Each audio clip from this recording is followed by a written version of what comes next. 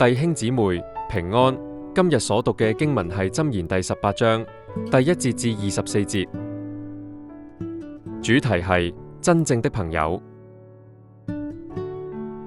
箴言書第18章指出，將自己孤立起嚟，只想照自己意思去做嘅人，好容易走偏差，而懶惰同埋愚蠢會帶嚟敗壞，唯有智慧先至能保護人。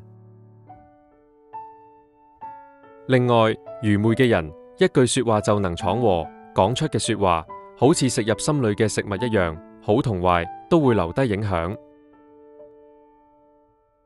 上主好似堅固堡壘，正直嘅人投靠上主就得安全。有錢人將財富當作靠山，但其實係唔可靠嘅。謙卑會帶嚟尊榮，而驕傲一定會先過其他人跌倒。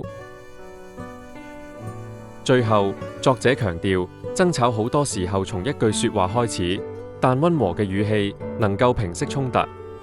交朋友要真心，真正嘅朋友比兄弟更可靠，會陪你一齊面對困難。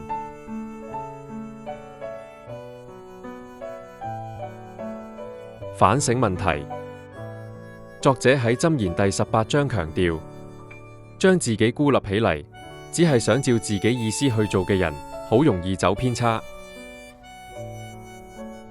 咁你係唔係一個固執己見而拒絕真理，時時製造衝突嘅人呢？